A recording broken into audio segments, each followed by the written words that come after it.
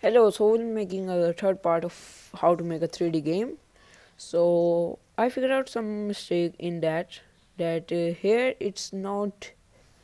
Wait a minute. So in the player at here it's not quality, it's velocity too.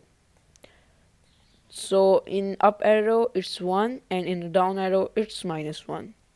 So I'm going into my world. In the world I am going to say when clicked okay forever if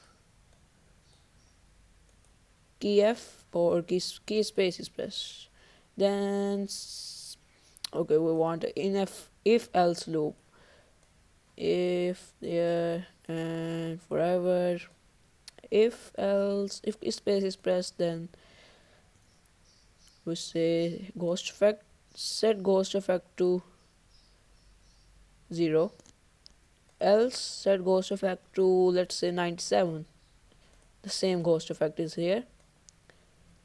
We go here 97, and we will say when clicked set size to 300%, and click set size to 300% and set a ghost effect to 97. Okay, so let's see. Here it's our game. One space is pressed, that is our map, and whenever we see the map we have the clear space here. Okay, so it's now okay, here it is, we have to go.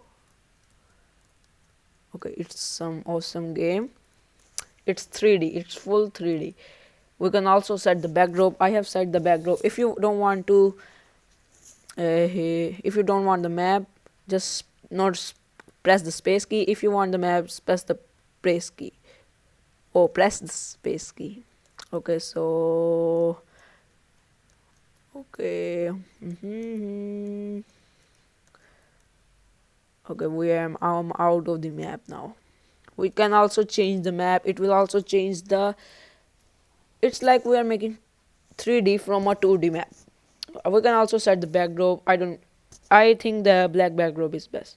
So that's how we have made that game. It's very simple, and that was my last part. Okay, so that's how we make it, and thanks for watching. I'll meet you in the next tutorial.